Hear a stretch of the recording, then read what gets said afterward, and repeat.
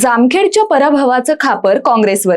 काँग्रेसकडून थेट प्रत्युत्तर आणि महाविकास आघाडीत उघड कलह. एकेकाळी जिल्ह्याच्या राजकारणात मजबूत मानलं जाणारं शरद पवार आणि बाळासाहेब थोरात यांचं सामंजस्य आता तुटण्याच्या मार्गावर आहे, अशी चर्चा राजकीय वर्तुळात रंगू लागलीय.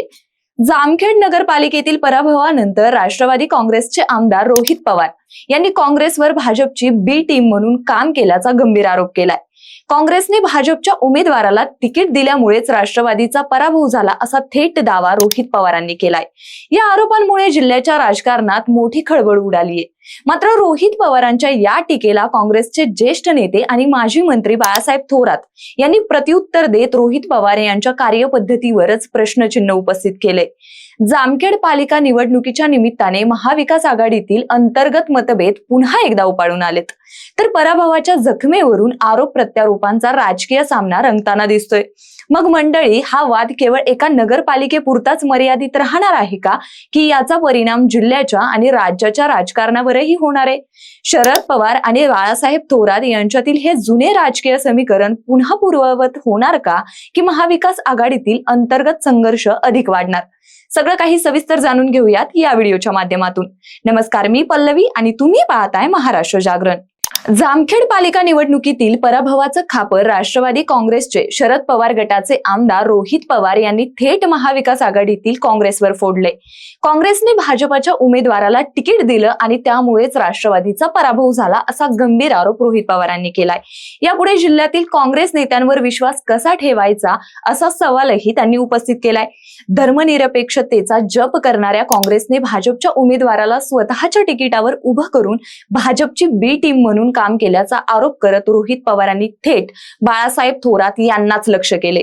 त्यामुळे जिल्ह्याच्या राजकारणात राष्ट्रवादीचे नेते तथा रोहित पवार यांचे आजोबा शरद पवार व काँग्रेसचे नेते बाळासाहेब थोरात यांच्यात आजवर सामंजस्य राहिलं. या सामंजस्यालाही रोहित पवार यांच्या आरोपाने तडा गेल्याचं मानलं जाते. मंडळी, गेल्या विधानसभा निवडणुकीत रोहित पवार यांचा निसटत्या मताधिक्याने विजय झाला. त्यापूर्वीच्या सन 2019च्या निवडणुकीपेक्षा त्यांचे मताधिक्य विलक्षण घटलं. त्यानंतर लगेचच त्यांच्या मतदारसंघातील कर्जत पालिकेतील नगरसेवकांनी त्यांच्या विरोधात बंड करत विधान परिषदेचे सभापती राम शिंदे यांची साथ पकडली. परिणामी राष्ट्रवादीला कर्जत पालिकेच्या सत्तेवरून पायउतार व्हावं लागलं.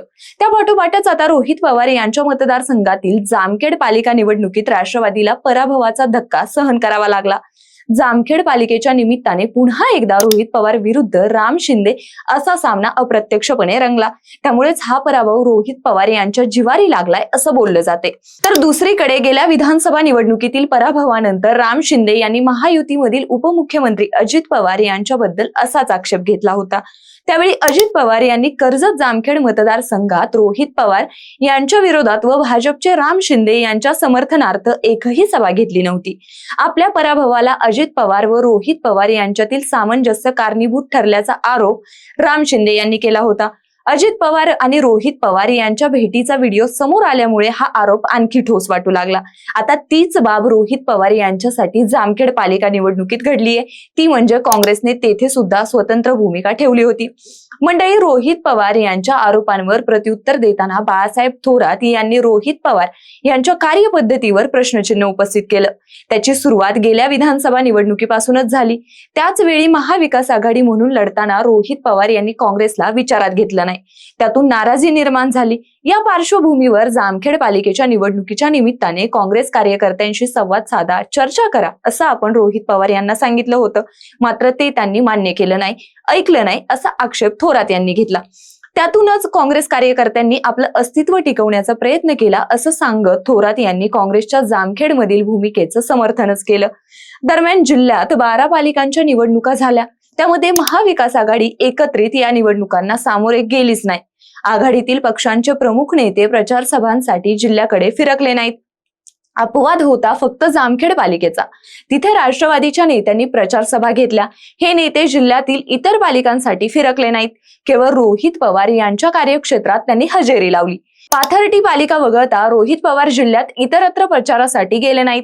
परिणामी एकाही पालिकेत राष्ट्रवादीला सत्ता मिळाली नाही. रोहित पवारांनाही पालिकेचा गड राखता आला नाही. अशा परिस्थितीत जिल्ह्यात पालकमंत्री राधाकृष्ण विखे यांच्या नेतृत्वाचा पर्यायाने भाजपचा वारू उधळत असताना आघाडीतील नेतेच परस्परांवर आरोप करू लागलेत.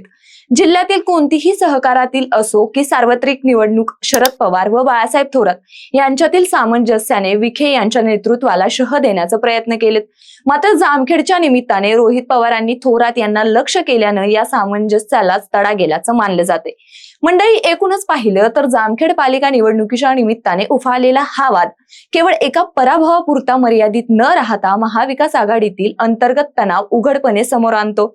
एकीकडे रोहित पवार काँग्रेसवर गंभीर आरोप करतायत, तर दुसरीकडे बाळासाहेब थोरात त्याला ठाम प्रत्युत्तर देत आहेत. यामुळे शरद पवार आणि बाळासाहेब थोरात यांच्यातील दीर्घकाळ चालत आलेल्या राजकीय सामंजस्यालाच तडा बसतो आहे का, असा सवाल निर्माण झालाय. हा संघर्ष पुढील निवडणुकांआधी मिटणार की आघाडीतील मतभेद अधिकच वाढणार हे येणारा काळच ठरवेल. मात्र सध्या तरी या आरोप प्रत्यारोपांचा फायदा विरोधकांना होताना दिसतोय. त्यामुळे महाविकास आघाडी या वादातून धडा घेते का की अंतर्गत कलहामुळे आघाडीचं राजकीय गणित बिघडत जातं, हे पाहणं औत्सुक्याचं ठरणार आहे. बाकी याबद्दल तुम्हाला काय वाटतं? कमेंट मध्ये नक्की सांगा आणि आपल्या महाराष्ट्र जागरणला सबस्क्राईब करायला विसरू नका.